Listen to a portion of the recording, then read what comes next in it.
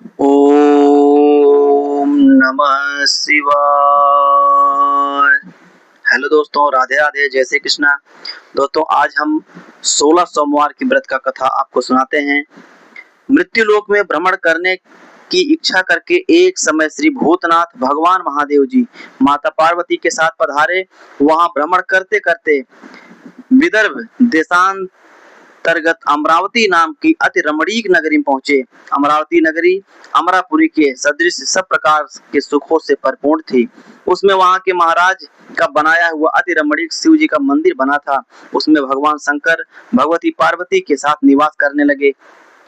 एक समय माता पार्वती ने प्राणपति को प्रसन्न देख के मनोविनोद करने की इच्छा से बोली, हे महाराज, आज तो हम तुम दोनों चौसर खेलते हैं।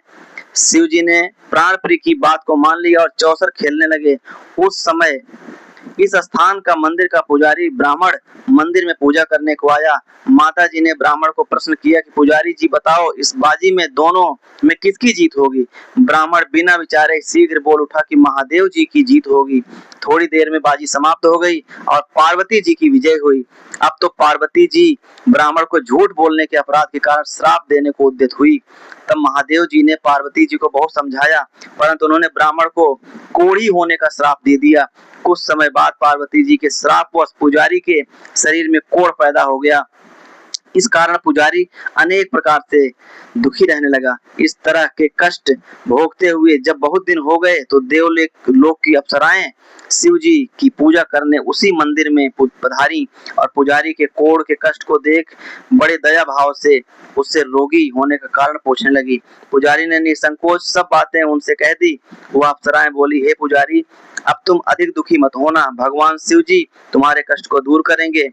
तुम सब बातों को श्रेष्ठ खोड़स सोमवार का व्रत भक्ति भाव से किया करो। पुजारी जी अप्सराओं के साथ से हाथ जोड़कर विनम्र भाव से खोड़स सोमवार व्रत की विधि पूछने लगा। अप्सराएं बोलनी कि जिस दिन सोमवार हो उस दिन भक्ति के साथ व्रत करें, स्वस्थ वस्त्र पहने, आधा सेर गेहूं का आटा लें, उसके 3 अंगा बनावें और घी गुड़ दीप नैवेद्य पुंगी फल बेलपत्र जनेऊ जोड़ा चंदन अक्षत पुष्प आदि के द्वारा प्रदोष काल में भगवान शंकर का विधि से पूजन करें। तत्पश्चात अंगों में से एक शिव जी को अर्पण करें, बाकी 2 को शिव जी की प्रसादी समझकर उपस्थित जनों में बांट दें और आप भी प्रसाद पावें। इस विधि से 16 सोमवार व्रत करें। तत्पश्चात 17वें सोमवार के दिन पाव सेर पवित्र गेहूं के आटे की बाटी बनावें, तदनुसार घी और गुड़ और चना मिलाकर चूरमा बनावें और शिव जी का भोग लगाकर उपस्थित भक्तों में बांटें। पीछे आप सकुटुंब प्रसादी लें तो भगवान शिव जी कृपा से उसके मनोरथ पूर्ण हो जाते हैं। ऐसा कहकर अप्सराएं स्वर्ग को चली गई। ब्राह्मण ने यथाविधि खोड़स सोमवार का व्रत किया तथा भगवान शिव जी की कृपा से रोग मुक्त होकर आनंद से रहने लगा। कुछ दिन बाद जब वह फिर शिव जी और पार्वती उस मंदिर में पधारे तब ब्राह्मण को निरोग देख पार्वती जी ने ब्राह्मण से रोग मुक्त होने का कारण पूछा तो ब्राह्मण ने 16 सोमवार की व्रत की कथा सुनाई। तब तो पार्वती जी ने अति प्रसन्न हो ब्राह्मण से व्रत की विधि पूछकर व्रत करने को तैयार हुई। व्रत करने के बाद उनकी मनोकामना पूर्ण हुई तथा उनके रूठे पुत्र स्वामी कार्तिकेय स्वयं माता के आज्ञाकारी हुए। परंतु कार्तिकेय जी को अपने यह विचार परिवर्तन का रहस्य जानने की इच्छा हुई। माता से बोले, हे माता जी, आपने ऐसा कौन सा उपाय किया जिससे मेरा मन आपकी ओर आकर्षित हुआ।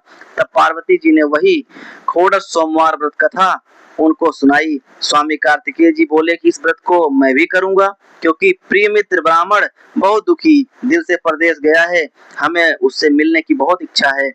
कार्तिकेय जी ने इस व्रत को किया और उनका प्रिय मित्र मिल गया।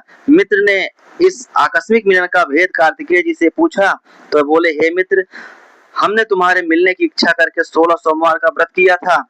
अब तो ब्राह्मण मित्र को भी अपने विवाह की बड़ी इच्छा हुई। कार्तिकेय जी से व्रत की विधि पूछी और यथाविधि व्रत किया। व्रत के प्रभाव से जब वह किसी कार्यवश विदेश गया तो वहां के राजा की लड़की का स्वयंवर था। राजा ने प्रण किया था कि जिस राजकुमार के गले में सब प्रकार श्रृंगारित हथिनी माला डालेगी, मैं उसी के साथ अपनी प्यारी पुत्री का विवाह कर दूंगा।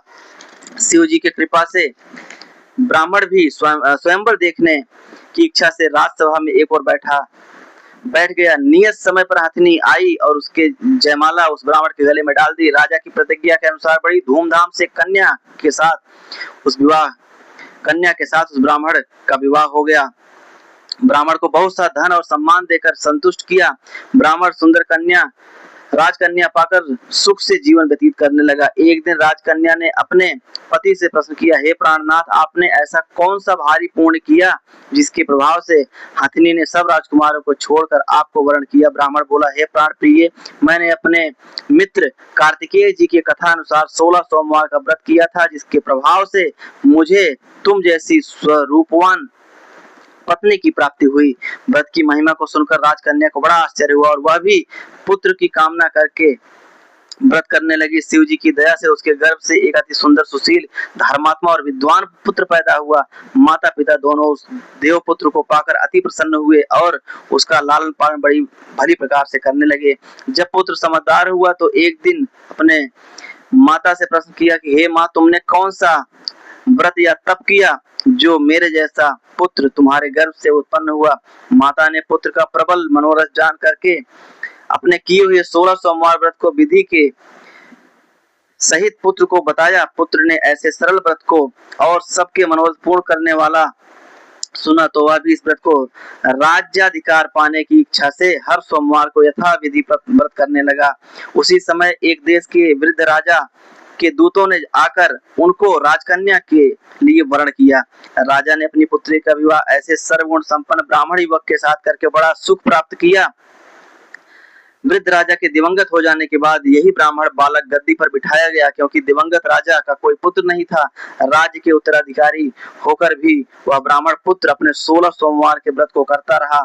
जब 17वां सोमवार आया तो विप्र पुत्र ने अपनी प्रियतमा से सब पूजन विधि सामग्री लेकर शिव पूजा के लिए शिवालय में चलने को कहा, परंतु प्रियतमा ने उसकी आज्ञा की परवाह न की। दास दासियों द्वारा सब सामग्रियां शिवालय भिजवा दी और आप नहीं गई। जब राजा ने शिव जी का पूजन समाप्त किया तब एक आकाशवाणी हुई राजा के प्रति हुई। राजा ने सुना कि हे राजा, अपनी इस रानी को राजमहल से निकाल दे, नहीं तो तेरा सर्वनाश कर देगी। आकाशवाणी को सुनकर राजा को आश्चर्य का ठिकाना नहीं रहा। तत्काल ही मंत्रणागृह में आकर अपने सभासदों से बुलाकर पूछने लगे, हे मंत्रियों, मुझे आज शिव जी की वाणी हुई है, राजा तू अपनी इस रानी को निकाल दे, नहीं तो तेरा सर्वनाश कर देगी। राजसभा के मंत्री आज सब बड़े विस्मय और दुख में डूब गए, क्योंकि जिस कन्या का कारण राज मिला है, राजा उसी को निकालने का जाल रच रहा है। यह कैसे हो सकता? अंत में राजा ने उसे अपने यहाँ से निकाल दिया। रानी दुखी हृदय भाग्य को कोसती हुई नगर के बाहर चली गई। बिना पद त्राट फटे वस्त्र अपने भूख से दुखी धीरे धीरे कर एक नगर में पहुंची। वहां एक बुढ़िया सूत काट कर बेचने का काम करती थी। रानी की करुण दशा देखकर बोली, चल तू मेरा सूत बिकवा दे, मैं वृद्ध हूँ, भाव नहीं जानती। ऐसी बात बुढ़िया की सुनकर रानी ने बुढ़िया के सिर से सूत की गठरी उठाकर अपने सिर पर रख ली। थोड़ी देर बाद आंधी आई और बुढ़िया का सूत का पोटली के सहित उड़ गई। बेचारी बुढ़िया पछताती रह गई और रानी को अपने साथ से दूर रहने कर दिया।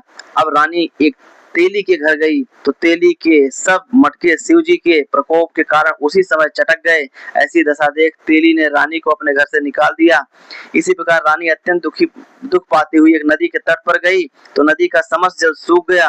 तत्पश्चात रानी एक वन में गई। वहां जाकर सरोवर में सीढ़ी से उतरकर पानी पीने गई। उसके हाथ का जल में स्पर्श होते सरोवर का नील कमल के समान जल असंख्य कीड़ामय गंदा हो गया और रानी ने भाग्य का दोषारोपण करते उस जल को पी करके पेड़ की शीतल छाया में विश्राम करना चाहा। वह रानी जिस पेड़ के नीचे जाती उसी पेड़ के पत्ते तत्काल ही गिर जाते। वन सरोवर जल की ऐसी दशा देख गऊ चराते ग्वालों ने अपनी गुसाई जी से, जो जंगल में स्थित मंदिर में पुजारी थे, कही, गुसाई जी, आदेशानुसार ग्वाले रानी को पकड़कर गुसाई के पास ले गए। रानी की मुख कांति और शरीर शोभा देख गुसाई जान गए कि अवश्य कोई विधि की गति की मारी कुलीन स्त्री है। ऐसा सोचकर पुजारी जी ने रानी से कहा, हे पुत्री, मैं तुमको अपनी पुत्री के समान रखूंगा, तुम मेरे आश्रम में ही रहो, तुमको किसी प्रकार का कष्ट नहीं होगा। गुसाई के ऐसे वचन सुन कर रानी को धीरज हुआ और आश्चर्य में रहने लगी।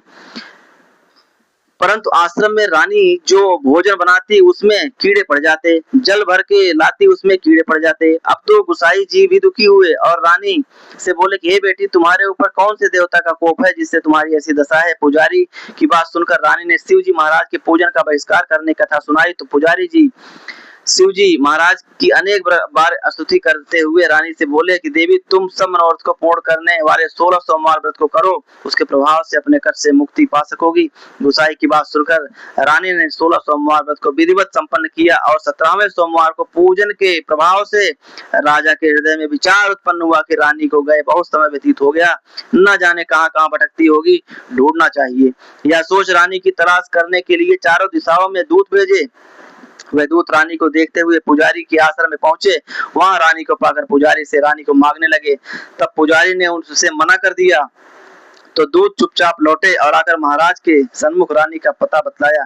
रानी का पता पाकर राजा स्वयं पुजारी के आश्रम में गए और पुजारी से प्रार्थना करने कहने, महाराज, जो देवी जी आपके आश्रम में रहती वह मेरी पत्नी है।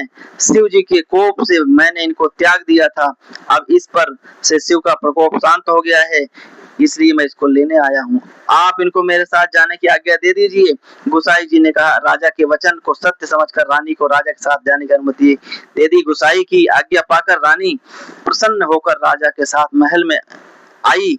नगर में अनेक प्रकार के बधावे बजने लगे। नगर निवासियों ने नगर के दरवाजे तथा नगर की तोरण बंदरवारों से विविध विधि से सजाया। घर घर में मंगल गान होने लगे।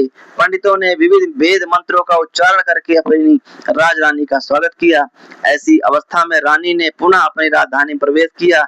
महाराज ने अनेक तरह से ब्राह्मणों को दान आदि देकर संतुष्ट किया। याचकों को धन धान्य, नगरी में स्थान स्थान पर सदा व्रत खुलवाए जहां भूखे लोगों को भोजन मिलता था। इस प्रकार से राजा शिव जी की कृपा का पात्र हो राजधानी में रानी के साथ अनेक तरह के सुखों का भोजन करते हुए सोमवार व्रत करने लगे।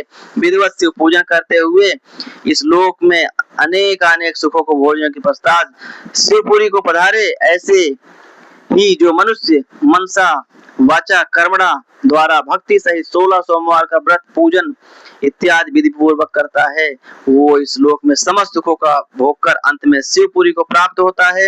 अतः यह व्रत सब मनोरथों को पूर्ण करने वाला है। इति 16 सोमवार व्रत कथा समाप्ति। बोलो शंकर भगवान की जय। ओम नमः शिवाय। नमः पार्वती पते। हर हर महादेव।